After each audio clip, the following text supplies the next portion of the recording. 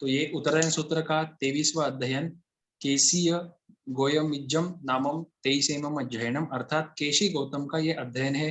तो नाम से ही स्पष्ट है कि इसमें केशी श्रमण और गौतम स्वामी की का कुछ वर्णन आया हुआ है। तो हम जानते हैं कि इनकी जो श्रावस्ती नगरी में चर्चा हुई थी कुछ तत्वों को लेकर या कुछ डिफरेंसेस है जो 23वें तीर्थंकर पार्श्वनाथ भगवान और 24वें तीर्थंकर भगवान महावीर स्वामी के शिष्यों में, तो उसकी चर्चा श्रावस्ती नगरी में हुई। उसी का वर्णन इस अध्ययन में दिया हुआ है। इस अध्ययन में 89 गाथाएं हैं। तो पहली गाथा से शुरू करते हैं। पहली गाथा में 23वें तीर्थंकर भगवान पार्श्वनाथ का के कुछ विशेषण दिए हुए हैं, जैसे कि जिन अर्थात राग द्वेष को जीतने वाले, परिश उपसर्गों को जीतने वाले।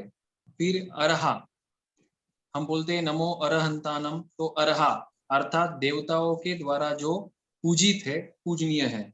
फिर लोग पुल्यो अर्थात तीनों लोक में पूजित है। फिर संबुद्धा अर्थात संबुद्ध है, स्वयं संबुद्ध भी है और तत्वों के ज्ञाता भी है। ये सब पार्श्वनाथ भगवान के विशेषण है। फिर सवन्नु अर्थात सर्वज्ञ, केवल ज्ञानी है और केवल दर्शी है। और धम्म तीर्थ यरे, छठा है धम्म तीर्थ यरे, जो हम लोकसम में भी बोलते हैं, अर्थात धर्म रूपी तीर्थ की स्थापना करने वाले, क्योंकि ये हमारे 23वें तीर्थंकर है। और 7वां विशेषण है वापिस जिने, पहले भी विशेषण आया जीन और अभी दूसरी बार विशेषण आया जीन। तो पहले में हमने अर्थ लिया परिश राग द्वेष को जीतने वाले या परिश उपसर्ग को जीतने वाले, और अभी हम दूसरी बार अर्थ लेंगे समस्त 8 कर्मों को जीतने वाले, अर्थात जिनके 8 ही कर्म क्षय हो चुके हैं। ऐसे भगवान पार्श्वनाथ स्वामी, उन्हीं के शिष्य, तो भगवान के तो पहले शिष्य होते हैं गणधर, गंधर के बाद फिर पाठ परंपरा चलती है और भगवान पार्श्वनाथ और भगवान महावीर स्वामी के बीच में 250 वर्षों का अंतर है, 250 इयर्स। भगवान पार्श्वनाथ के समय भी आयुष्य जो है वो 120 वर्ष झाजिरी मानी जाती है। तो 120 वर्षों और डिफरेंस इन दोनों तीर्थंकरों में है 250 वर्षों का। इसका मतलब 2-3 पीढ़ियां इसमें बीत जाएगी। तो भगवान पार्श्वनाथ के शिष्य अनुशिष्य, तो भगवान पार्श्वनाथ के प्रथम शिष्य हुए गणधर भगवंत और उनके फिर शिष्य आगे होंगे और उनके शिष्य आगे होंगे। तो उन शिष्य का नाम है केशी श्रमण, केशी कुमार श्रमण।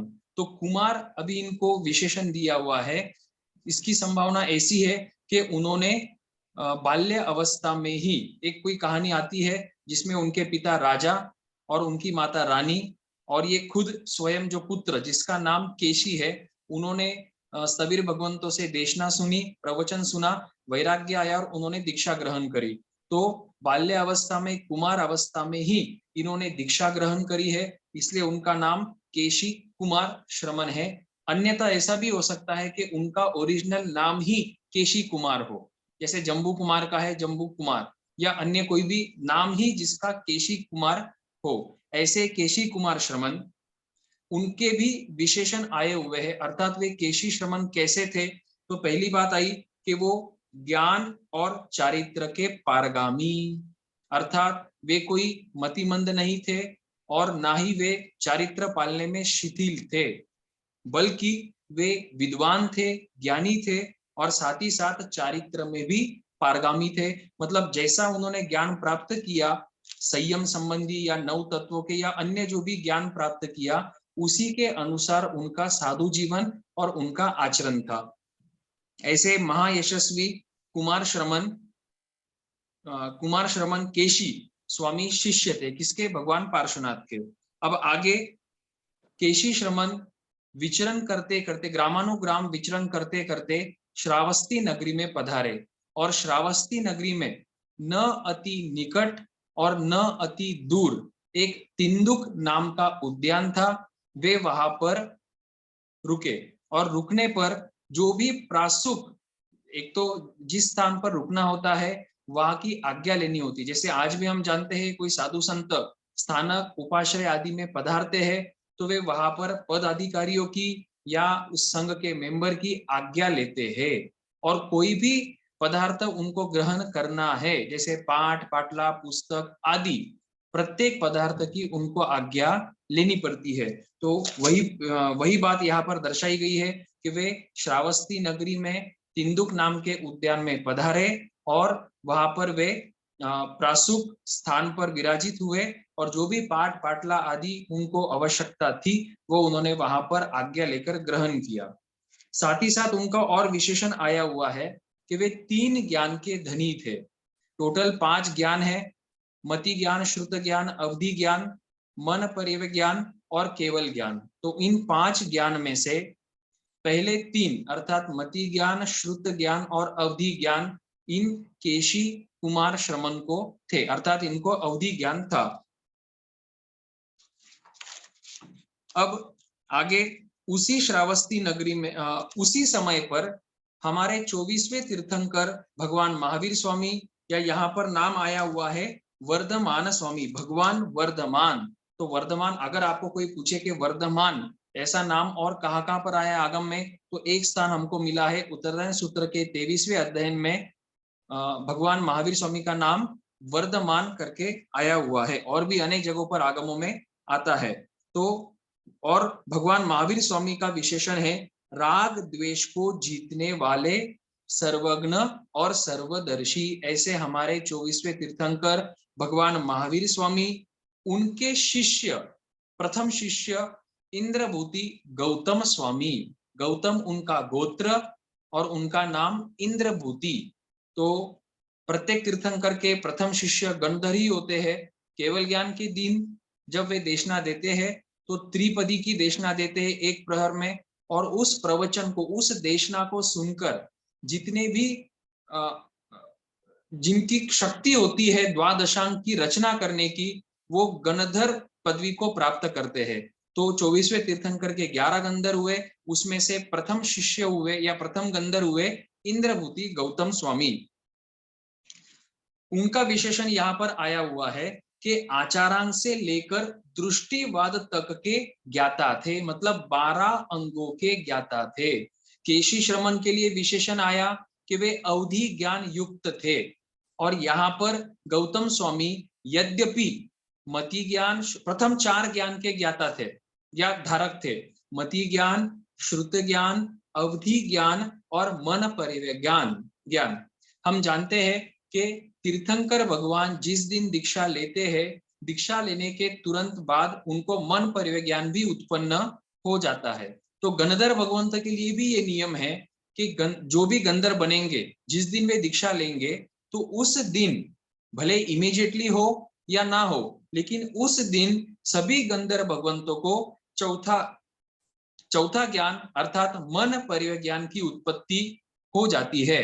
तो उनको 4 ज्ञान होते हुए भी यहाँ पर महत्व या फोकस दिया हुआ है उनके श्रुत ज्ञान के ऊपर। इसलिए यहाँ पर इस गाथा में दिया, 7वीं गाथा में, कि गौतम स्वामी आचारांग से लेकर दृष्टिवाद के ज्ञाता थे, क्योंकि आगे जो भी चर्चा होगी उसके जो उत्तर गौतम स्वामी देंगे वो पहली बात तो श्रुत ज्ञान, मति ज्ञान के आधार पर देंगे, और दूसरी बात ये भी है कि अवधि ज्ञान और मन पर्याय ज्ञान से भी जो पर्याय है, पर्याय मतलब जो पर्याय अर्थात सूक्ष्म अंश होता है, लेकिन मन पर्याय ज्ञान और अवधि ज्ञान जितना भी हो सकता है उससे अनंत गुना बड़ा श्रुत ज्ञान होता है, और उससे भी अनंत गुना बड़ा मति ज्ञान होता है।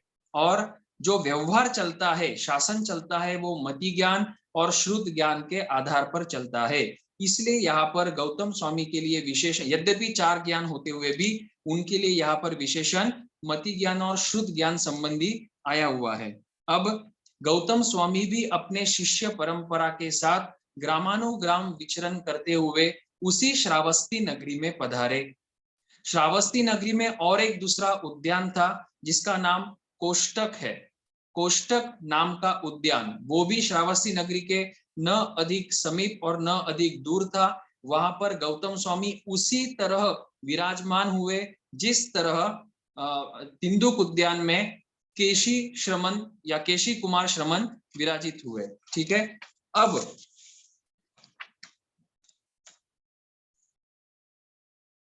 यहाँ पर दोनों महात्माओं के लिए वापिस विशेषण आए हुए हैं।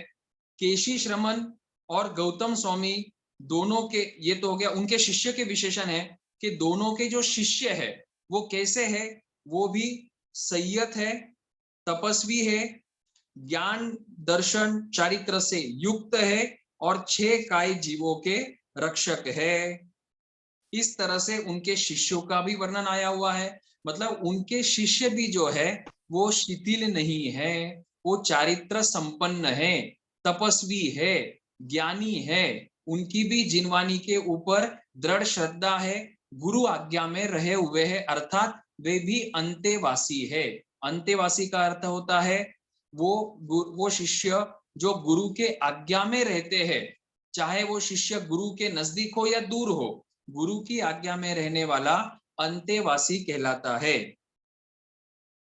अब ऐसे ये शिष्य जब वहां पर एक ही नगरी में है, तो जब वे गोचरी के लिए पधारते थे या अन्य किसी कारण से ठंडी लादी भूमि पर जाने का कोई प्रसंग पड़े, तो उस समय एक दूसरे को देखते थे और एक दूसरे को देखने पर उनके मन में शंका उत्पन्न हुई या जिज्ञासा उत्पन्न हुई कि दोनों के जो तीर्थंकर है या स्वामी है, एक के है पार्श्वनाथ भगवान और एक के है भगवान वर्धमान स्वामी, तो दोनों ने तो मोक्ष को लक्ष्य रखकर ही 8 कर्मों को क्षय करने के लिए ही विधि और विधान या आज्ञा फरमाई है।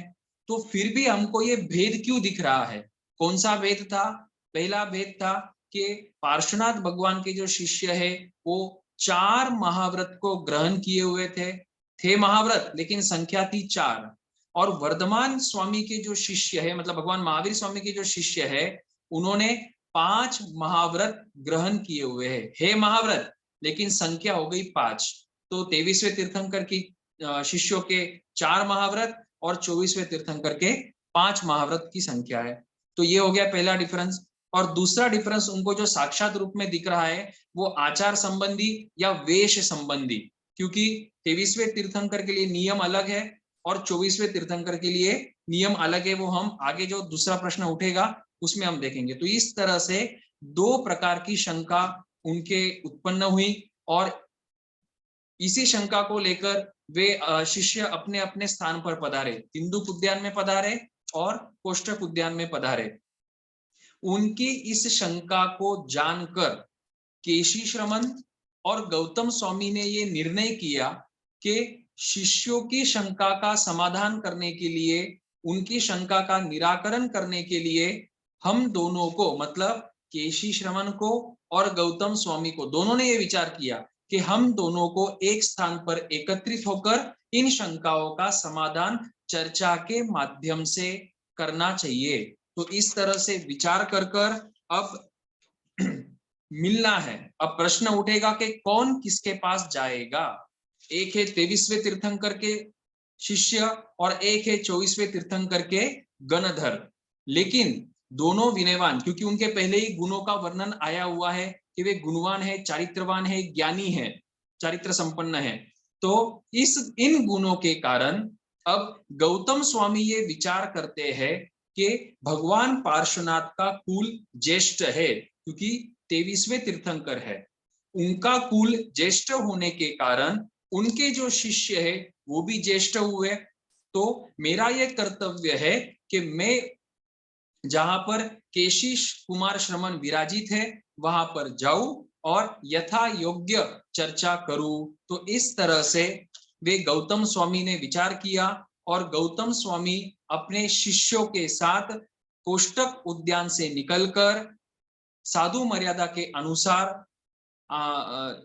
अनुसार वे तिंदुक उद्यान में पधारे, जहां पर केशी कुमार श्रमण विराजमान है। अब जैसे ही केशी कुमार श्रमण ने गौतम स्वामी को आते हुए देखा तो उन्होंने भी यथा योग्य, जैसे दोनों बड़े पुरुष है, दोनों महापुरुष है, तो जिस तरह से एक महापुरुष दूसरे महापुरुष की विनय प्रतिपत्ति करता है, आदर सत्कार करता है, सम्मान करता है, उस तरह की विनय प्रतिपत्ति केशी श्रमण ने गौतम स्वामी की करी। गौतम स्वामी आगे पधारने के बाद, समीप पधारने के बाद उनको बैठने के लिए स्थान दिया। और मूल पाठ में है कि उनको जैसे आज संथारा हम कहते हैं, संस्थारक या पौषध पट्टी या साधु जिसको बिछाकर उस पर सोते हैं, सेज्जा, ठीक है, संतारा। तो उस तरह से पहले के जमाने में ये सूखी हुई जो घास होती है उसका इस्तेमाल होता था। तो यहाँ पर 5 प्रकार के चावलों की जो सूखी हुई घास है उसका वर्णन आया हुआ है। सूखी हुई है अर्थात उसमें वो अचित है, खुद अचित है। और प्रतिलेखना ये होनी चाहिए कि उसमें कोई अन्य प्रकार का त्रस जीव ना हो, तो वो प्रासुक कहलाता है। तो केशी श्रमण, गौतम स्वामी को बैठने के लिए केशी श्रमण ने ये 5 प्रकार की जो सूखी घास होती है वो दी। या हम प्रतिगमन में भी बोलते हैं, जब बड़ी संलेखना बोलते हैं तो दर्भ आदि संथारा बिछाकर, दर्भ, दर्भ या तृण अर्थात सूखा हुआ घास, ठीक है। तो इस तरह से अब पूर्ण रूप से विनय प्रतिपत्ति होने के बाद अब दोनों ने समझदारी दिखाई। पहले तो गौतम स्वामी ने विचार किया कि मुझे जाना चाहिए, जो कि प्रथम शिष्य है भगवान महावीर स्वामी के, कोई छोटे नहीं है, 4 ज्ञान के धनी है और संघ संभाल रहे हैं, आचार्य की पदवी है, गणधर का पद है, साथ ही साथ 4 ज्ञान के धनी है और 14 पूर्व के ज्ञाता है। लेकिन विनय, इसीलिए वे पधारे केशी श्रमण के पास और केशी श्रमण ने भी यथोचित विनय व्यवहार किया। अब दोनों महापुरुष विराजमान है और गाथा में शास्त्रकार फरमाते हैं कि इस तरह से विराजमान है कि मानो चंद्र और सूर्य वहां पर विराजमान है। तो चाहे आप किसी को भी, दोनों को चंद्र और सूर्य कह सकते हैं, अन्यथा किसी एक को चंद्र और किसी एक को सूर्य कह सकते हैं। यहाँ पर टीकाओं में गौतम स्वामी को सूर्य कहकर केशी श्रमण को चंद्र कहा है। और दूसरी बात ये भी बताई है कि गौतम स्वामी को चंद्र और सूर्य दोनों कह सकते हैं और केशी श्रमण को भी चंद्र और सूर्य दोनों कहा जा सकता है। मेन मुद्दा यह है कि वे दोनों इस तरह से विराजित थे कि मान लो जैसे नभ में, आकाश में चंद्र और सूर्य सुशोभित होते हैं। अब चर्चा करना है तो लोगों को भी धीरे धीरे जब पता चला कि इस तरह की चर्चा होने वाली है, क्योंकि उनको अनेक दिन हो चुके थे वहां श्रावस्ती नगरी में पधार कर, तो लोगों को भी पता चला कि इस तरह की चर्चा होने वाली है। तो वहां पर अन्य जो गृहस्थ है, जिसको जिज्ञासा है, या जो श्रावक है, जो तत्वों को जानना चाहते हैं, समझना चाहते हैं कि इन दोनों महापुरुषों में क्या चर्चा होने वाली है, ऐसे गृहस्थ जन और श्रावक वर्ग भी आए। साथ ही साथ जो पाखंडी धर्म वाले हैं, पाखंडी धर्म अर्थात वितराग, जिन वाणी को छोड़कर अन्य धर्म का पालन और आचरण करने वाले, तो वे भी परिव्राजक आदि, तापस आदि वहां पर पधारे। और साथ ही साथ कुतूहलतावश क्या चल रहा है, क्या बोलेंगे, इनकी हम गलती कैसे निकालेंगे या इनका हम दुप्रचार कैसे करेंगे, ऐसी प्रवृत्ति वाले लोग भी वहां पर पधारे।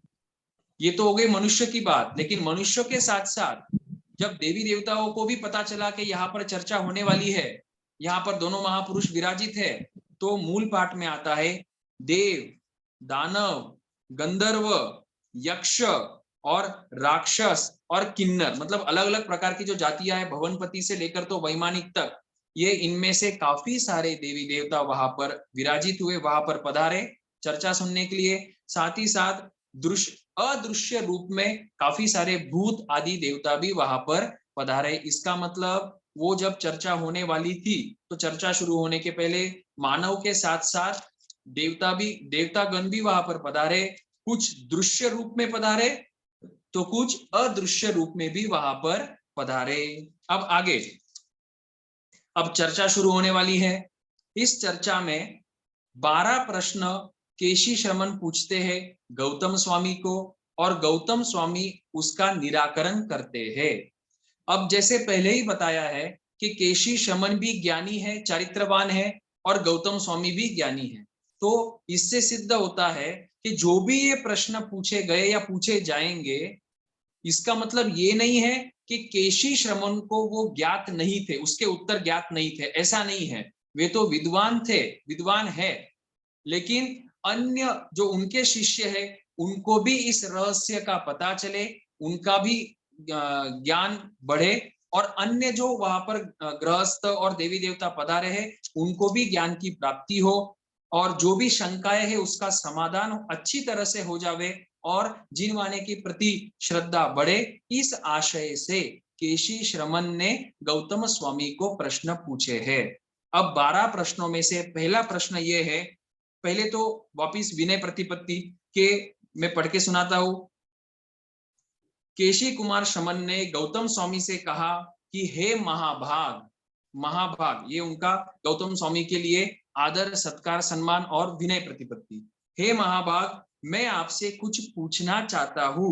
तब इस प्रकार बोलते हुए गौतम स्वामी ने कहा कि केशी श्रमण आप, हे भगवान, केशी श्रमण ने हे भगवान, केशी श्रमण ने गौतम स्वामी को कहा महाभाग, और गौतम स्वामी केशी श्रमण को कह रहे हैं हे भगवान। मतलब दोनों में से एक भी महापुरुष दूसरे को नीचा दिखाने का या खुद को ऊंचा दिखाने का यत किंचित भी प्रयास नहीं कर रहे हैं।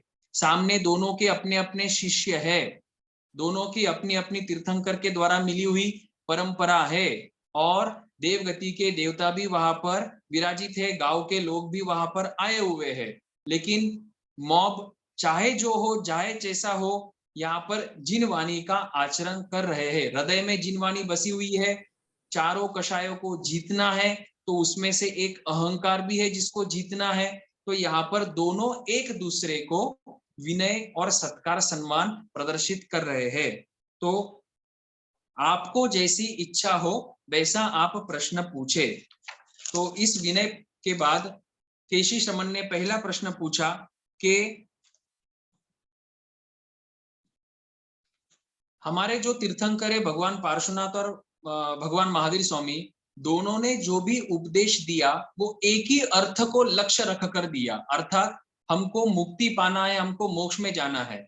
जब हम सभी का लक्ष्य एक है अर्थात मोक्ष है, तो एक के शिष्य को 4 महाव्रत और दूसरे के शिष्य को 5 महाव्रत, तो इस तरह से दो जो ये विशिष्टता दिखती है या जो डिफरेंस दिखता है उसका क्या कारण है, और इस तरह का डिफरेंस देखकर क्या आपको संदेह नहीं होता, क्या आपको डाउट नहीं होता, क्या आपका मन विचलित नहीं होता?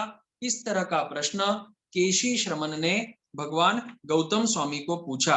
अब गौतम स्वामी इसका उत्तर देते हुए फरमाते हैं कि धर्म जो है या तत्व जो है, धर्म कह दो या तत्व कह दो, उसका निर्णय कौन करता है? बुद्धि करती है, प्रज्ञा करती है, मतलब इंटेलिजेंस।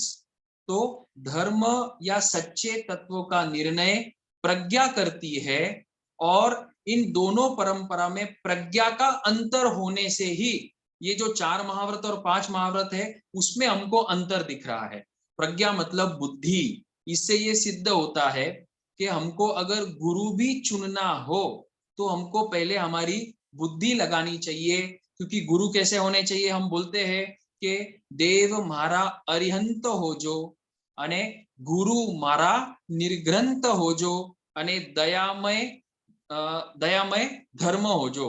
तो तीर्थंकर हमारे देव है, गुरु हमारे निर्ग्रंथ होते हैं। तो हमारी बुद्धि का इस्तेमाल कर कर हमको निर्णय करना है कि जो भी निर्ग्रंथ होंगे, निर्ग्रंथ अर्थात जिसमें ग्रंथि नहीं है, राग द्वेष की ग्रंथि, परिग्रह की ग्रंथि आदि आदि, तो उनको हम हमारा गुरु मानेंगे। तो यहाँ पर हमारी बुद्धि को यूज करने का निर्देश दिया हुआ है। तो धर्म तत्व का निर्णय प्रज्ञा करती है, उस प्रज्ञा के डिफरेंस होने में ये 4 महाव्रत और 5 महाव्रत का प्रतिपादन किया गया है। अब क्या डिफरेंस है तो आगे की गाथा में बताते हैं कि पहले तीर्थंकर के जो शिष्य है वो रुजु है, और सरल है, रुजु और जड़ है। रुजु मतलब सरल और जड़ मतलब बुद्धि की जड़ता, जल्दी समझ में नहीं आता है।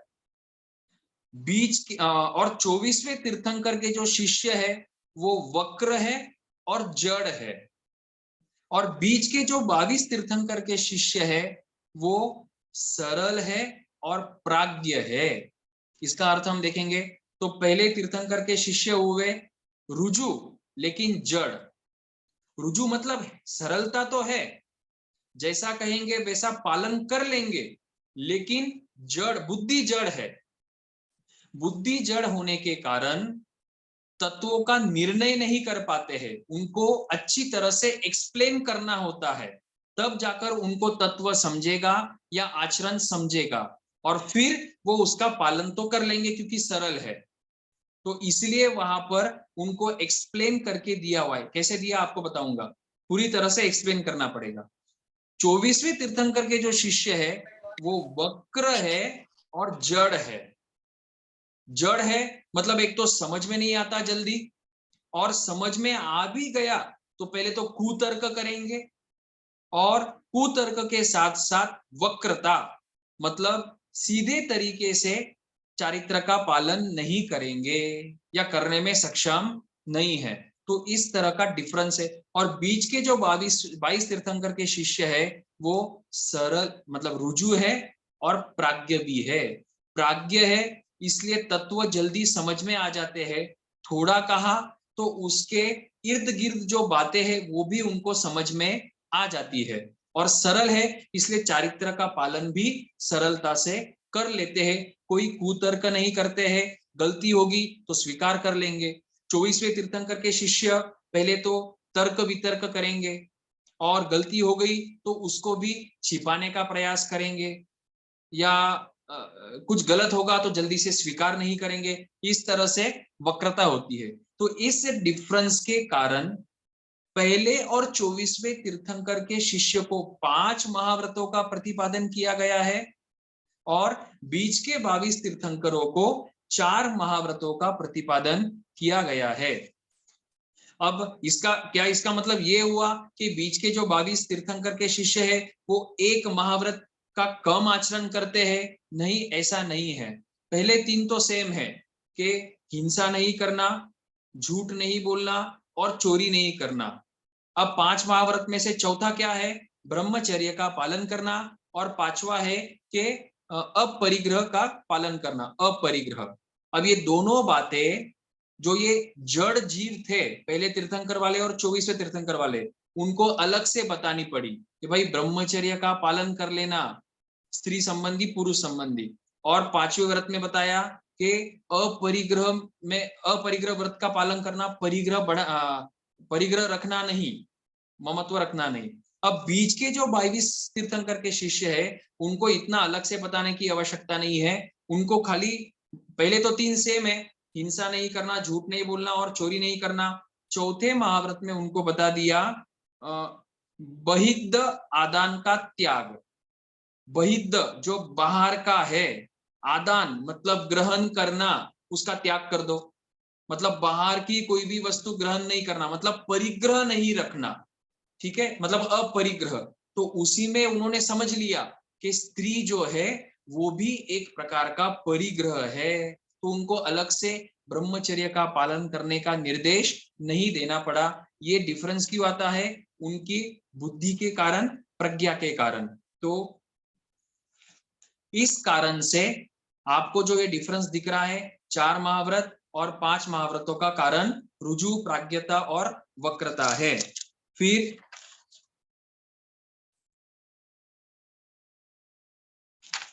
और 27वीं गाथा में बता रहे हैं कि पहले तीर्थंकर के साधुओं को, ठीक वही बात है कि दूर विशोध्य है और अंतिम तीर्थंकर साधुओं को आचार दूर अनुपालक है, ठीक है। तो इस तरह से पहला प्रश्न था कि 4 महाव्रत क्यों है, 5 महाव्रत क्यों है, उसका उत्तर देते हुए गौतम स्वामी ने फरमाया कि प्रज्ञा का डिफरेंस है, प्रज्ञा डिफरेंस होने के कारण ये डिफरेंस है। अब दूसरा प्रश्न, उसके पहले केशी श्रमण कहते हैं कि आपकी प्रज्ञा श्रेष्ठ है, केशी श्रमण को उत्तर मिल गया तो उन्होंने गौतम स्वामी को कहा कि हे गौतम, आपकी प्रज्ञा श्रेष्ठ है, आपने मेरा यह संशय दूर कर दिया। मेरा और भी संशय है, इसलिए मैं आपको दूसरा प्रश्न भी पूछना चाहता हूं या संशय दूर कराना चाहता हूं। तो गौतम स्वामी ने कहा कि हे महाभाग, आप दूसरा प्रश्न पूछ सकते हैं। तो दूसरा प्रश्न उन्होंने पूछा कि जो वस्त्र संबंधी डिफरेंस है, अर्थात अचेलक और सचेलक, तो भगवान वर्धमान स्वामी के लिए अचेलक बताया हुआ है और बीच के जो 22 तीर्थंकर या 23वें तीर्थंकर जो है उनके लिए सचेलक बताया हुआ है। अब अचेलक क्या होता है और सचेलक क्या होता है? ये है वस्त्र संबंधित चर्चा। वस्त्र, जो हमारे साधु संत वस्त्र धारण करते हैं, श्वेत वस्त्र धारण करते हैं अभी के काल में, उसके संबंधी चर्चा है। तो भगवान महावीर स्वामी के शिष्यों के लिए अचेलक और 23वें तीर्थंकर के शिष्यों के लिए सचेलक। अब इसका अर्थ क्या है? तो भगवान महावीर स्वामी की जो शिष्य है, जो अचेलक है, तो उनके लिए ये नियम हुआ कि उनको श्वेत वस्त्र ही धारण करना है। 23वें तीर्थंकर जो सचेलक है, उनको श्वेत वस्त्र ही धारण करना है, लेकिन कभी अगर गवेषणा करते समय कोई कलर वाला मिल जावे, कलर वाला अर्थात पूरा कलरफुल नहीं, कोई कॉर्नर पे या बॉर्डर पे दूसरे कलर की लाइन हो या कुछ डिजाइन हो, तो उस तरह का वस्त्र अभी श्वेत नहीं मिल रहा है और ये कलर वाला ही प्रासुक है, तो वो ग्रहण कर सकते हैं। कौन? 23वें तीर्थंकर के शिष्य। लेकिन 24वें तीर्थंकर के जो शिष्य है, वो नियमा श्वेत वस्त्र ही ग्रहण करेंगे, किसी प्रकार की अन्य कलर की लाइन नहीं चलेगी। क्यों? क्योंकि वापिस वही कारण है, वक्र और जड़ वापिस कुतर्क शुरू होंगे और शिथिलता आगे बढ़ती जाएगी। फिर दूसरा और अर्थ होता है अचेलक, मतलब प्रमाणोपेत। 72 हाथ, 96 हाथ जो साध्वी के लिए है, वो मर्यादा है। तो आज के मतलब 24वें तीर्थंकर के शिष्य को ये मर्यादा दी हुई है। 23वें तीर्थंकर के जो शिष्य है, उनके लिए भी मर्यादा है, लेकिन किसी कारण से, कारण विशेष से अगर उनका प्रमाण बढ़ जावे तो वो प्रायश्चित का कारण नहीं बनता है। ये हो गया दूसरा डिफरेंस। और तीसरा है मूल्य, मतलब उसकी वैल्यू क्या है उस वस्त्र की। तो 24वें तीर्थंकर जो अचेलक है, उनके लिए अल्प मूल्य वाला वस्त्र ही ग्रहण करना चाहिए, मतलब ये वस्त्र आदि अल्प मूल्य वाला। हाईली कॉस्टली या फिर ब्रांडेड या समाचारी में गुरु भगवंत ने जो मान लीजिए कि 200 रुपीज पर मीटर का कपड़ा या 100 रुपीज पर मीटर का कपड़ा, इस तरह से समाचारी में आज दिया हुआ है, वो अल्प मूल्य कहलाएगा। और 23वें तीर्थंकर के जो शिष्य है, उनको गवेषणा करते समय मान लो कि अल्प मूल्य वाला नहीं मिल रहा है, तो अधिक मूल्य वाला ग्रहण कर सकते हैं और उनको प्रायश्चित नहीं आता है। तो इस तरह का डिफरेंस इस वस्त्र में दिखाई दे रहा है। लेकिन ये क्यों दिखाई दे रहा है? वापिस वही कारण है, 24वें तीर्थंकर के जो शिष्य है वो वक्र और जड़ है, और 23वें तीर्थंकर के जो शिष्य है वो सरल, रुजु और प्राज्ञ है। तो इस तरह से दूसरा प्रश्न भी हमारा पूरा होता है। अब केशी श्रमण तीसरा प्रश्न पूछ रहे हैं। तीसरे प्रश्न में वे पूछ रहे हैं कि अब देखो, दो प्रश्न तो मेन शंकाएं थी जो उनके शिष्य को भी उत्पन्न हुई थी कि 4 महाव्रत 5 महाव्रत क्या है, और ये आचार में डिफरेंस क्यों है, वेश में, वस्त्र में डिफरेंस क्यों है। अब उन दोनों प्रश्नों का तो समाधान हो चुका है। अब आगे महापुरुष बैठे हैं, जिनवानी आगे बढ़ती रहे, इसलिए और प्रश्न पूछे जा रहे हैं, जिससे कि श्रद्धा बढ़ेगी, ज्ञान बढ़ेगा और इसके फल स्वरूप चारित्र में स्थिरता आएगी और मोक्ष की प्राप्ति होगी। तो तीसरा प्रश्न केशी श्रमण ने पूछा कि हे गौतम, आपके हजारों शत्रु है, लेकिन इन हजारों शत्रुओं को आपने कैसे जीत लिया? तो इससे ये समझ में आता है दो बातें। पहली बात तो शत्रु होते हैं, और दूसरी बात केशी शमन को गौतम स्वामी के आचरण से या उनके चेहरे से स्पष्ट समझ में आ रहा है कि उन्होंने शत्रुओं को जीत लिया है। तो जो साधु की समाधि होती है, साधु का जो आनंद होता है, क्योंकि उन्होंने काम भोगों को छोड़ा है, संसार को छोड़ा है, स्त्री को छोड़ा है, धन को छोड़ा है, तो ये जो क्लेश, संक्लेश, संकल्प, विकल्प और खुद के नाम पे जो पाप करना, करवाना या अनुमोदन करना, ये सब पापों को छोड़ा है, तो उसका असर आत्मा के ऊपर तो होता ही है, साथ ही साथ द्रव्य लेशा मतलब शरीर के ऊपर भी, चेहरे के ऊपर भी तेज और वो दीप्ति, वो कांति दिखाई देती है। तो केशी शमन को पक्की गारंटी है 100% कि शत्रु तो है, लेकिन ये गौतम स्वामी ने उन शत्रुओं को भी जीत लिया है। तो शत्रु है और आपने इन शत्रुओं को कैसे जीत लिया, ये प्रश्न पूछा। तो गौतम स्वामी ने उत्तर दिया कि एक के जीतने पर, पहली बात तो उपायों से मैंने जीता है। उन्होंने मूल पाठ में क्या उत्तर दिया? संशय, एक मिनट।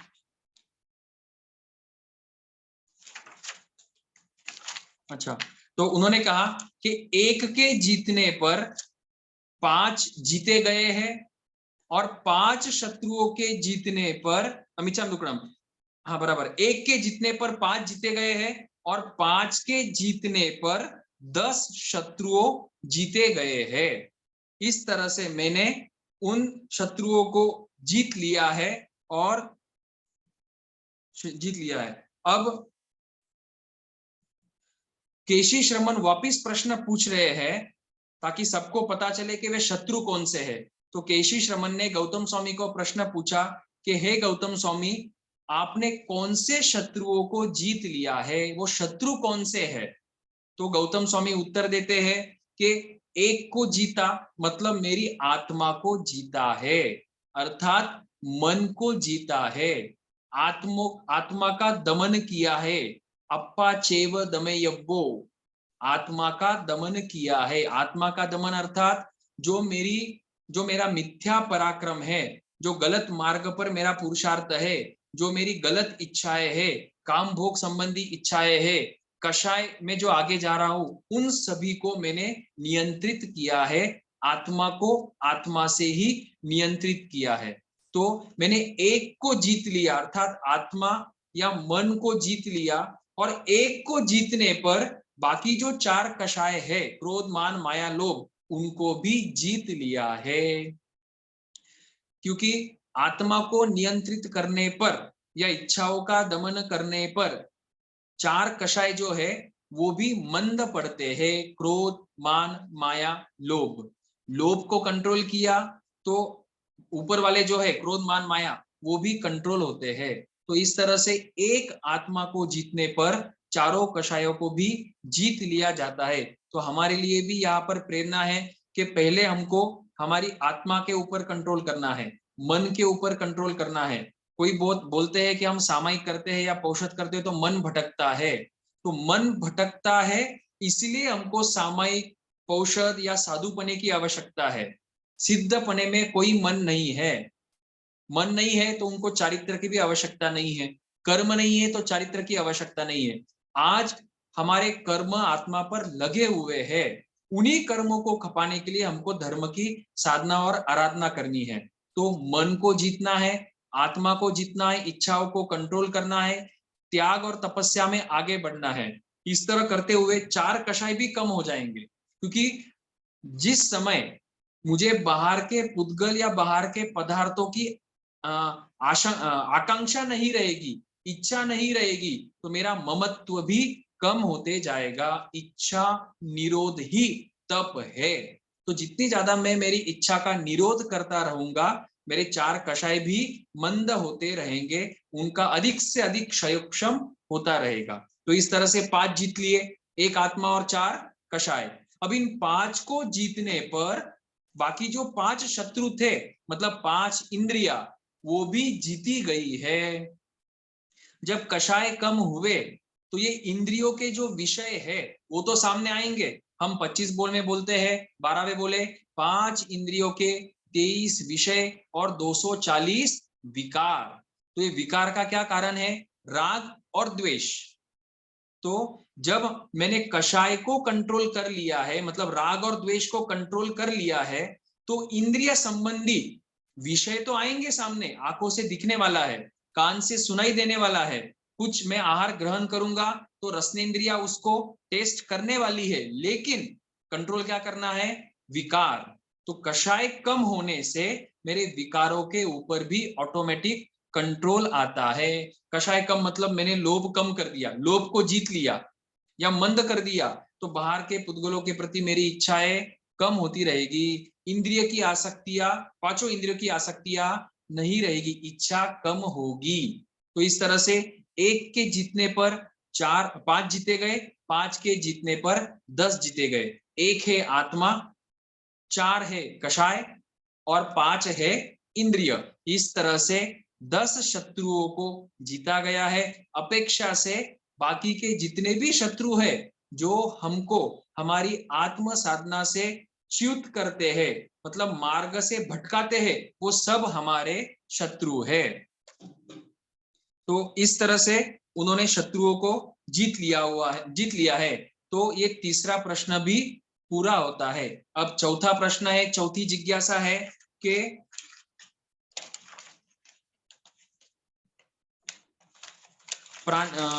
चौथा प्रश्न है कि इस विश्व में दिखाई देता है कि बहुत से प्राणी या लगभग सारे प्राणी पाश में बंधे हुए हैं। पाश मतलब आवाज तो सबको क्लियर है लगभग। ये जो विश्व में जो प्राणी है, जो जीव है, अब कौन कौन से प्राणी? एकेंद्रिय से लेकर तो पंचेंद्रिय तक, ये सभी के सभी पाश में बंधे हुए हैं, पाश में जकड़े हुए हैं। अब ये तो जकड़े हुए, लेकिन मुझे साफ दिखाई दे रहा है कि आपने इन बंधनों को, इन पाश के बंधनों को तोड़ दिया है और मुक्त हो चुके हैं, और अब वायु के समान अप्रतिबद्ध विहारी, वायु के समान हल्का होकर विचरण कर रहे हैं। इसका मतलब आपको कोई भी बंधन नहीं है। तो आपने इन बंधनों को तोड़ा कैसे? तो गौतम स्वामी उत्तर में फरमाते हैं कि उपाय के द्वारा इन बंधनों को मैंने काट दिया है। उपाय कौन सा उपाय?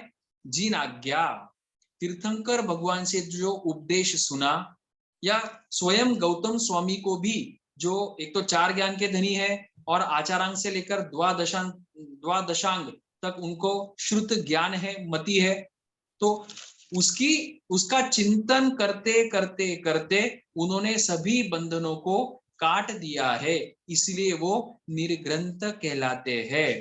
तो हमको भी अगर, जैसे पहले भी कहा, आत्मा को कंट्रोल करना है या 4 कषायों को जीतना है, 5 इंद्रियों का निग्रह करना है, तो इसका सबसे बेहतर उपाय है 12 भावनाओं का चिंतन करना। अनित्य भावना, अशरण भावना, संसार भावना आदि जो 12 भावनाएं हैं, या जो भी आगम है, ग्रंथ है, भगवान का क्या उपदेश है, भगवान ने क्या फरमाया है, जीव सुखी कैसे बनता है, इस विश्व में। पहली बात तो अभी पंचम आ रहा है, उसमें भी हुंडा अवसर पीनी है, और उसमें भी अभी 21st सेंचुरी चल रही है, तो बहुत सी विषमता और बहुत सारे पाप, चारित्रहीनता हमको बाहर दिखाई दे रहा है। लेकिन उससे हमको कैसे बचना है? एक जिनवानी ही है जो हमको इन पापों से, दुखों से हमको बचा सकती है। तो कैसे बचेंगे?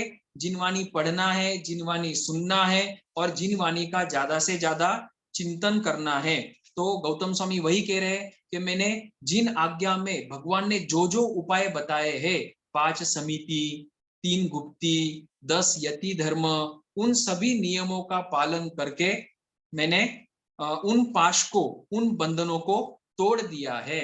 अब बंधन, इसका मतलब यह है कि साधु बनने के बाद, एक तो आगम में आया है कि अंगारे जाए, अर्थात साधुपना मतलब नया जन्म है। अब नया जन्म हो जावे तो पिछले जो माता पिता है या जो पूर्व संबंध है वो अभी सभी कैंसल हो जाते हैं, वे कट हो जाते हैं। तो अब ना कोई माता है ना कोई पिता है, और गुरु भगवंतों को भी उनका जो विनय सत्कार सम्मान करना है, उनके जो आज्ञा का पालन करना है, एक ही लक्ष्य को सामने रखकर करना है कि मुझे मुक्ति पाना है। अर्थात गुरु भगवंत के प्रति भी किसी प्रकार का राग या ममत्व भाव या आसक्ति या अपनापन नहीं रखना है, यही यहाँ पर उपदेश है। और ऐसा करेंगे मतलब बंधनों को तोड़ेंगे तो भगवान कहते हैं हम हल्के होंगे, लघु होकर विचरण करेंगे, हल्कापन और आनंद की अनुभूति होगी। इसको चर्चा करते समय और भी हम ज्यादा चर्चा कर सकते हैं, समय की अभी सीमा है, तो जितना हो सके आप ज्यादा से ज्यादा चिंतन करना। अब आगे यही चौथे प्रश्न का उत्तर। पहले तो बता दिया कि बंधन बहुत बहुत सारे जीव बंधन में है, लेकिन गौतम स्वामी आपने बंधनों को तोड़ दिया है। कैसे तोड़ा है? तो बोले कि भगवान ने जो उपाय दिए उससे मैंने बंधनों को तोड़ा है। अब मेन प्रश्न ये है कि वो बंधन क्या है, किसको बंधन कहा है? तो गाथा में दिया है कि तीव्र राग और द्वेष जो है वो बंधन है। मतलब किसी के प्रति भी राग करना या द्वेष करना, उसको भगवान ने बंधन कहा है। जेल में जाना या कोई राजा किसी अपराधी को सजा देवे, उसको जेल में रखे या बेड़ियों में रखे, बांध कर रखे, तो वो तो द्रव्य बंधन है। भगवान यहाँ पर भाव बंधनों की बात कर रहे हैं। भाव बंधन क्या है? पहली बात बता दिया तीव्र राग और द्वेष, और दूसरी बात बता दिया नेह पासा भयंकरा। गाथा नंबर 43 नेह पासा भयंकरा मतलब स्नेह जो है, स्नेह वो भयंकर पाश है। मतलब जो राग है या घर में परिवार में भी जो दादा के प्रति है, पिता के प्रति है, या पत्नी के प्रति है, या पति के प्रति जो भी संबंध है, या मित्र के प्रति है, या व्यवसाय में जो भी हमारे कलीग्स आदि है उनके प्रति जो राग है, अपनापन है, स्नेहपना है, उसको भगवान ने पाश कहा है, वो भी भयंकर पाश कहा है। तो राग द्वेष पाश है और नेह पासा भयंकरा मतलब स्नेह जो है उसको भी पाश कहा गया है। और मैं जैसा भगवान ने कहा है उनके उपायों के द्वारा उनको उन पाशों को, उन बड़े बड़े भयंकर पाशों को काट दिया है और वायु के समान लघुभूत होकर विचरण करता हूँ, शांति पूर्वक विचरण करता हूँ। इसका मतलब अगर शांति को पाना है तो एकत्व भावना भाना पड़ेगा। 12 भावना में से एक भावना है एकत्व भावना। मैं अकेला हूं, अकेला मरना है, अकेला जीना है, और मोक्ष में भी चला जावे तो वहां पर जहां पर एक सिद्ध है वहां पर अनंत सिद्ध है, लेकिन वहां पर एक दूसरों के साथ बोलना नहीं है, हाय हेलो करना नहीं है, ना व्हाट्सएप है, ना मोबाइल है, ना वाईफाई है। वो तो अनंत जितनी आत्माएं हैं वहां पर प्रत्येक आत्मा अपने खुद के सुख का अनुभव कर रही है, ना राग है ना द्वेष है। दूसरे एक सिद्ध दूसरे सिद्ध के सुख में बाधा भी नहीं पहुंचाते, बढ़ाते भी नहीं, घटाते भी नहीं, कुछ नहीं करते हैं। वे खुद अपने सुख का अनुभव आनंद सुख पूर्वक वहां पर कर रहे हैं। तो हमको भी अगर सुखी बनना है तो एकत्व भावना भाना पड़ेगा, मैं अकेला हूं। इस तरह से हमारा ये चौथा प्रश्न भी पूरा होता है। पांचवा प्रश्न केशी श्रमण ने गौतम स्वामी को पूछा कि हे गौतम स्वामी, हृदय में या मन में जो विष के समान फल देने वाली लता है, हृदय में या मन में विष के समान मतलब जहर के समान फल देने वाली जो लता है, उसको आपने जड़ से कैसे उखाड़ कर फेंक दिया? तो गौतम स्वामी का उत्तर है कि न्याय युक्त उपायों से। मतलब वही जो पहले उत्तर दिया, न्याय युक्त मतलब मोक्ष मार्ग, और उपायों से मतलब जो भगवान ने बताया है, जैसा बताया है, जैसा आचरण करने को कहा है। भगवान ने दोनों को कहा, साधु को भी कहा है और श्रावक को भी कहा है। श्रावक तो कैसा है, देशव्रती है, और मोक्ष में जाने के लिए साधु तो बनना पड़ेगा, तो श्रावक का यथा अवसर। लेकिन साधु के लिए भी भगवान ने निर्देश आदेश दे दिया कि जैसा मैंने कहा है वैसा अगर तुम पालन करोगे तो मुक्ति को जल्दी से जल्दी प्राप्त करोगे। तो जैसा भगवान ने कहा है उस तरह का आचरण करके मैंने उस लता को जड़ से उखाड़ कर काट कर फेंक दिया है। अब ये उत्तर मिलने के बाद केशी श्रमण वापिस प्रश्न पूछते हैं कि हे गौतम स्वामी, वो लता कौन सी है? तो गौतम स्वामी उत्तर देते हैं, लता मतलब तृष्ण, भव तृष्णा रूपी लता। तृष्णा मतलब इच्छा, तृष्णा मतलब लालसा, तृष्णा मतलब चाहने की आकांक्षा। मुझे ये चाहिए, मुझे वो चाहिए, मुझे ये करना है, मुझे वो करना है, मुझे नंबर 1 आना है, मुझे इतना धन कमाना है, मुझे गाड़ी खरीदनी है, मुझे सेटल होना है। सेटल कैसे होंगे? उत्तरायण सूत्र के 90वें अध्याय में ही नमी राजर्षि ने स्पष्ट बता दिया कि जिसको मोक्ष में जाने की शंका है या जो मोक्ष में नहीं जाना चाहता, उतना पुरुषार्थ नहीं कर सकता, वही व्यक्ति यहाँ पर भटकेगा या वही व्यक्ति यहाँ पर घर बनाएगा। लेकिन हमको तो मोक्ष में जाना है, तो सेटल कहाँ होंगे हम हमको सेटल होना है लोकाग्र में। जो 10वां प्रश्न आएगा ये भी उसमें भी बताया हुआ है, हमारा स्थान कौन सा है? सिद्धालय, मुक्ति, मोक्ष, हमको वहां पर सेटल होना है। तो गौतम स्वामी फरमा रहे कि तृष्णा जो है उसको लता कहा है और उसको मैंने जड़ से उखाड़ कर फेंक दिया है। मतलब अब गौतम स्वामी को किसी भी प्रकार की भौतिक चाहना, भौतिक इच्छा या शरीर संबंधी आसक्ति, इच्छा, लालसा या शिष्य के प्रति आसक्ति, लालसा, इच्छा, ममत्व भावना या संघ के प्रति कोई ममत्व भावना अब नहीं है। वे आत्मार्थी है, मतलब आत्मा को और जिन वाणी को आगे रखकर वे अपना आचरण और संयम जीवन व्यतीत कर रहे हैं। तो यहाँ पर भव तृष्णा को लता कहा है। अब हमको भी उस तृष्णा को, उस लता को उखाड़ कर फेंकना होगा, तभी हमारी मुक्ति होगी या हम सुखी बनेंगे। देखना, और एक प्रश्न ले लेंगे, 6 प्रश्न रखेंगे और 6 प्रश्न जो है वो हम आगे के सेशन में कंटिन्यू करेंगे। अब तृष्णा की अगर बात करें तो उत्तरायण सूत्र का 13वां अध्ययन, ब्रह्मदत्त चक्रवर्ती, चक्रवर्तीपना छोड़ा नहीं।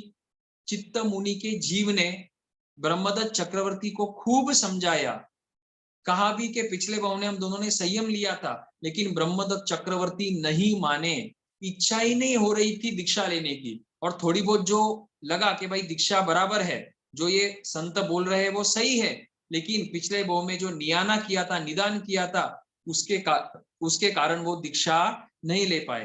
तो प्रश्न ये है कि अभी वो ब्रह्मदत्त का जीव कहाँ पर है, जो कि शलाका पुरुष थे। 63 शलाका पुरुष में से एक पुरुष का नाम ब्रह्मदत्त चक्रवर्ती, चक्रवर्ती मतलब 6 खंड का अधिपति। आज वर्तमान में अमेरिका का प्रेसिडेंट या इंडिया का प्राइम मिनिस्टर या ब्रिटेन का प्राइम मिनिस्टर, उनके अधीन कितनी जगह है? कुछ स्क्वायर किलोमीटर है, कुछ स्क्वायर माइल्स है। ब्रह्मदत्त चक्रवर्ती का 6 खंड था, मतलब जितना अभी है उससे कई गुना ज्यादा ब्रह्मदत्त चक्रवर्ती राज्य करते थे।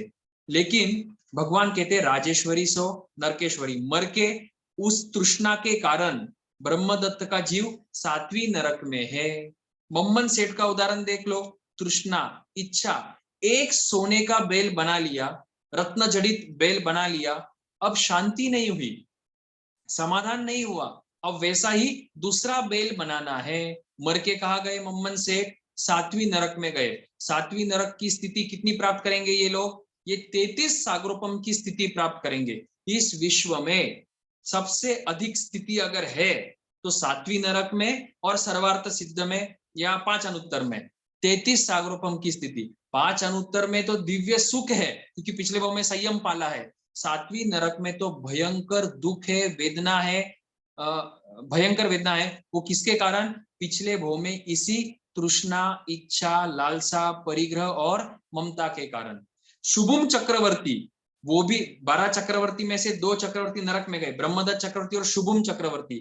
शुभम चक्रवर्ती 6 खंड का अधिपति होते हुए भी उनको अब 7वां खंड चाहिए था। बोलो 7वां खंड, 6 खंड कोई कम थे? राजा था, चक्रवर्ती थे, देवता भी सेवा में थे, सभी पत्नियां, स्त्रियां, पटरानी उनकी आज्ञा में थी, सेना सभी प्रकार की वो जो सेना होती है, पैदल सेना, हाथी, घोड़े, रथ, सब कुछ रिद्धि संपन्न थे, लेकिन फिर भी 6 खंड में संतुष्टि नहीं हुई और 7वां खंड चाहिए था। मर के कहा गया वो जीव, उनकी आत्मा अभी भी 7वीं नरक में भयंकर वेदना को भोग रही है। अब सोचना कि उन तीनों जीवों को, मम्मन सेठ, ब्रह्मदत्त और शुभम चक्रवर्ती, उनको बचाने के लिए कौन जा रहा है या कौन गया या कौन जाएगा? पत्नी गई, पुत्र गया, पौत्र गया, या व्यापारी जो कलीग्स थे वो गए? कोई भी नहीं गया और कोई भी नहीं जाएगा। तो भगवान यही फरमा रहे हैं कि हम में भी अगर ये तृष्णा रूपी लता रही, मरते दम तक रही, आलोचना नहीं करी, प्रायश्चित नहीं किया, छोड़ा नहीं, तो हम मरने के बाद हमारी भी दुर्गति होना पक्का है, नरक और तिर्यंच गति हो सकती है। तो 5वें प्रश्न में लता की बात करी, लता अर्थात भव तृष्णा। और आखिरी प्रश्न, मतलब है तो 12 प्रश्न इस अध्ययन में, आज के सेशन में आखिरी प्रश्न, 6ठा प्रश्न। 6ठे प्रश्न में केशी श्रमण गौतम स्वामी से पूछ रहे हैं कि हे गौतम स्वामी, जो ये भयंकर अग्नि है, महाअग्नि है, मतलब ज्वालाएं है, शरीर में रहकर आपके आत्मा के गुणों को जलाती नहीं है, तो वो कैसे है? जो अग्नि है वो आपके आत्मा को, आत्मा के गुणों को, आत्म गुणों को जलाती नहीं है, तो वो किस तरह से? तो गौतम स्वामी उत्तर देते हैं कि हे केशी श्रमण, ये जो महामेघ है, उस महामेघ से बरसता हुआ पानी, उससे उत्तम पानी ग्रहण करके उस पानी के द्वारा मैं इस महाअग्नि को बुझाता हूं, सिंचन करता हूं, मतलब बुझा देता हूं। पानी से तो अग्नि बुझने वाली है, तो उस पानी से मैं अग्नि को बुझा देता हूं, और इसी कारण से वो अग्नि मेरे आत्म गुणों को नष्ट नहीं कर पाती है। अब अगला प्रश्न वापिस केशी शर्मा ने पूछा कि हे गौतम स्वामी, वो जलती हुई अग्नि क्या है? अग्नि किसको कहा आपने? जैसे पहले प्रश्न पूछा लता किसको कहा, तो उन्होंने कहा कि तृष्णा को लता कहा। अब पूछा कि अग्नि किसको कहा, तो केशी गौतम स्वामी कहते हैं 4 कषाय रूपी अग्नि, मतलब क्रोध, मान, माया और लोभ, इसको भगवान ने अग्नि कहा है। अब देखो, हमको लगभग अगर कोई क्रोध करे या कलह करे, क्लेश करे, झगड़ा करे, तो हमको लगता है कि भाई इसमें चारित्र नहीं है, या क्रोधी है, या फिर इसको आग कहा है। भगवान ने सिर्फ क्रोध को आग नहीं कहा, क्रोध के साथ साथ मान, माया और लोभ को भी अग्नि कहा है, मतलब वो जला रही है। अर्थात हम अगर सरल नहीं है, माया कर रहे हैं, मन में कुछ और बात है, वचन से कुछ दूसरा ही बोल दिया, और काया से तीसरा ही आचरण किया, या दुराव छुपाव किया, मतलब माया करी, सरल नहीं रहे, तो भगवान कहते हैं वो भी अग्नि है। लोभ किया, मुझे ये चाहिए, मुझे वो चाहिए, या जो मेरे पास है उसके ऊपर आसक्ति रखी, ममत्व भाव रखा, मेरापन रखा, या अगर वो वस्तु चली जाती है तो अत्यंत शोक होता है, इस तरह का लोभ रखा, तो भगवान कहते हैं वो भी अग्नि है। और उसी तरह अहंकार करना भी अग्नि है। तो भगवान ने चारों कषायों को अग्नि कहा है। अपने अपने स्तर पर आप चिंतन करना, विचार करना कि मेरे जीवन में, अपने अपने जीवन में ये 4 कषाय मुझे कितना सता रहे हैं।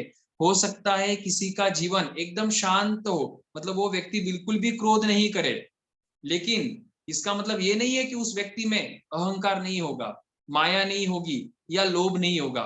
भगवान तो चारों कषायों को जीतने का ही निर्देश फरमा रहे हैं। तो अग्नि क्या है? 4 कषाय अग्नि है। अब वापिस प्रश्न रहेगा कि इस अग्नि को आप, या इस कषाय को आप बुझाते कैसे है? मतलब हमारे लिए भी प्रश्न है कि हमने या मैंने मेरे इस कषायों को बुझाना कैसे है। तो पहले जैसे उदाहरण दिया था कि पानी से बुझाना है, महामेघ उससे बरसता हुआ पानी, तो उसी तरह तीर्थंकर हमारे लिए महामेघ है, क्योंकि तीर्थंकर भगवान लोक में उद्योत करने वाले हैं, धर्म तीर्थ की स्थापना करने वाले हैं, लोक में प्रकाश करने वाले हैं, दीप के समान भी है। जो लोगोत्सव में और नमोत्थुनम शक्रस्तव में जो जो तीर्थंकरों के विशेषण है वो सब विशेषण याद कर लेना। तीर्थ की स्थापना करते हैं, हमको जिनवानी फरमाते हैं, उपदेश देते हैं, इसलिए वो महामेघ के समान है तीर्थंकर भगवान। और तीर्थंकर भगवान जो उपदेश देते हैं, उस उपदेश के माध्यम से या उस उपदेश के द्वारा मैं मेरी इन कषायों को शांत करता हूं या बुझा देता हूं। तो जितनी जितनी कषाय ज्यादा बुझेगी, जैसे 4 प्रकार की कषाय है, अनंतानुबंधी, अप्रत्याख्याना, प्रत्याख्याना वर्णीय और संजोलन कषाय। गुणस्थान का थोकड़ा आप करेंगे या कर्मग्रंथ करेंगे तो उसमें इसका वर्णन आता है। जिसके अनंतानुबंधी कषाय का उदय है उसको सम्यक तो भी नहीं होता है, वो मिथ्यात्वी कहलाता है।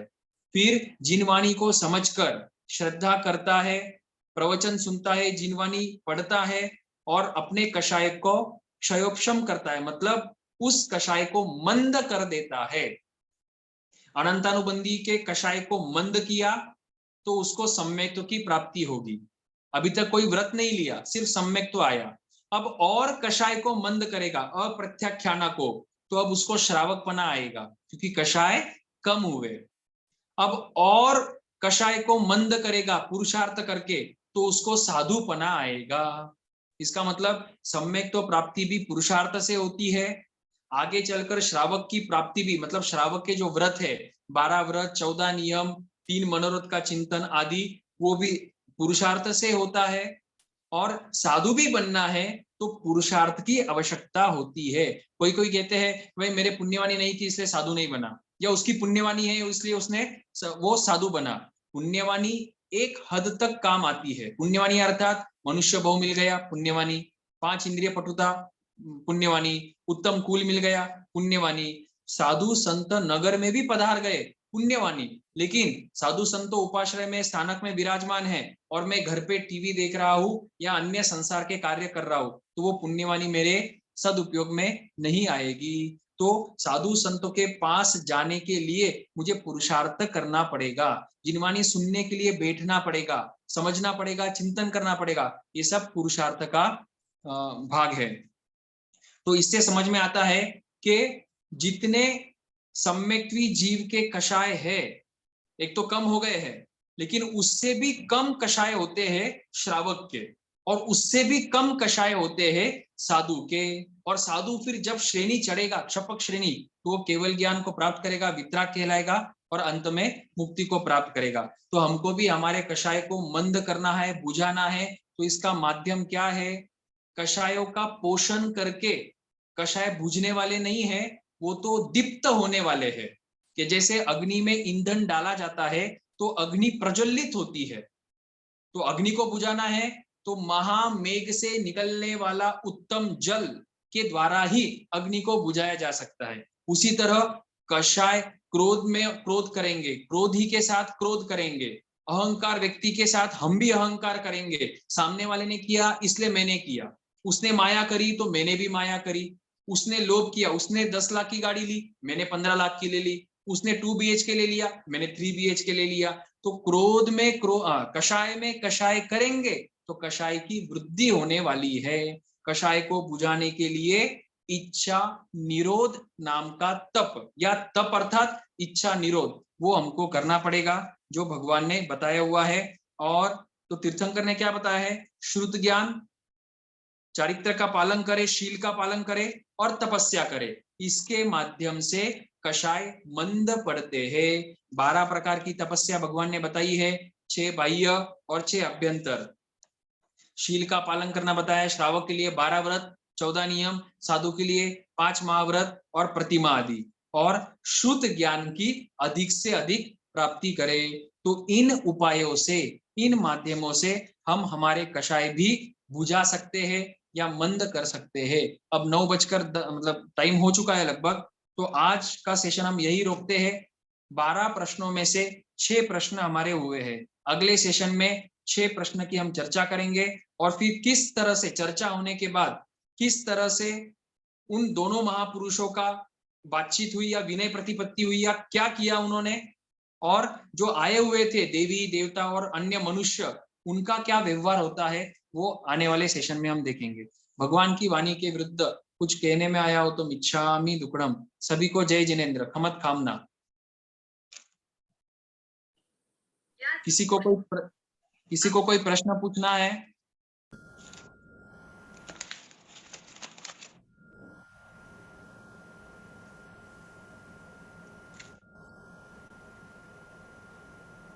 कोई चैट में प्रश्न आए थे, डिड यू चेक दैट? हाँ, या आई एम चेकिंग हैंड था। आत्मा पर कंट्रोल कैसे करना है? I think somebody with initial MC उसने किया था क्वेश्चन। एक प्रश्न आया था, आत्मा पर कंट्रोल कैसे करना। गंधर्व थे पार्श्वनाथ भगवान के, आई थिंक 10 गंधर्व थे। चार्ट में देखना पड़ेगा, मैं देख के बताता हूँ। प्रोबेबली 10 गंधर्व थे भगवान पार्श्वनाथ के। भगवान महावीर स्वामी के तो 11 है। और दूसरा प्रश्न है कि आत्मा पर कंट्रोल कैसे करना है। जैसे अभी ये सब उपाय बताए हैं, पहला एक डायरी भगवान, ये अभी जो भी उपाय हमने देखे हैं, तो पहला है उसमें जिन वाणी ज्यादा से ज्यादा सुनना। तो जो साधु संत पदार्थ है, जिन वाणी फरमाते हैं, वो श्रद्धा से सुनना। सिर्फ लोग देखेंगे भाई ये प्रवचन में आया कि नहीं आया, उसके लिए हमको प्रवचन नहीं करना है। हमको तो जिनवाणी मतलब ज्ञान बढ़ाना है, श्रद्धा बढ़ानी है, ज्ञान बढ़ाना है, श्रद्धा बढ़ानी है, इसलिए हमको जिनवाणी सुनना है और प्रवचन में जाना है। बाद में भी जब साधु संत वाचनी लेते हैं, प्रवचन के बाद वाचनी होती है, दोपहर में वाचनी होती है, शाम को प्रतिगमन के बाद चर्चाएं होती है, तो उसमें हमको भाग लेना है, ज्ञान बढ़ाना है। ज्ञान जितना जितना बढ़ेगा, हमारा चिंतन भी बढ़ेगा, और चिंतन बढ़ने से आज नहीं तो कल हमारी दृष्टि सम्यक हो सकती है, होगी, तो हमको सम्यक दृष्टि, सम्यक्त्व की प्राप्ति भी होगी। और उपाय है, भगवान ने बताई दिए है, भाई इच्छा मत करो, जो प्राप्त है वो पर्याप्त है। और कितना भी आप धनवान बन जाओ, आपके आगे कोई ना कोई तो रहने वाला ही है। और मान लो कि आप दुनिया के 1 नंबर भी बन गए, फोर्ब्स लिस्ट में आपका पहला नंबर भी आ गया, तो भी आपको अभी बता दिया कि ब्रह्मदत्त चक्रवर्ती का क्या हुआ, शुभम चक्रवर्ती का क्या हुआ, मम्मन सेठ का क्या हुआ। तो हमको इनको भी सामने रखना है। और शालीभद्र या धन्ना, जिन्होंने त्यागा, धन्ना ने 8 को एक साथ त्यागा, स्त्रियों को धन भी त्यागा, और शालीभद्र ने 32 पत्नियों को त्यागा, और देव गति से जो उनके पिता पेटियां बेचते थे, उनको भी उन्होंने त्याग दिया और भगवान के शरण में चले गए। तो इस तरह से चर्चा ये चिंतन कर कर हम अपनी आत्मा को कंट्रोल कर सकते हैं, दमन कर सकते हैं। और भगवान पार्श्वनाथ भगवान के गणधर की संख्या 10 बताई हुई है, महावीर स्वामी के 11 गणधर। और कोई प्रश्न? जब तक ऐसे मैंने कहीं पढ़ा है कि जब तक अगले तीर्थंकर के केवली होते हैं, तब तक दूसरे तीर्थंकर नहीं होते। दैट मीन्स केसी भगवान केसी स्वामी का केवली नहीं हो गए ना, उनको केवल ज्ञान नहीं होगा जब तक अगले तीर्थंकर के भी शिष्य और गणधर या साधु केवली होते हैं, तो नए तीर्थंकर नहीं होते। that gap between two tirthankar is till the end of previous tirthankars केवली। हाँ, एक मिनट में, इसमें ये युगांतर कृत भूमि है।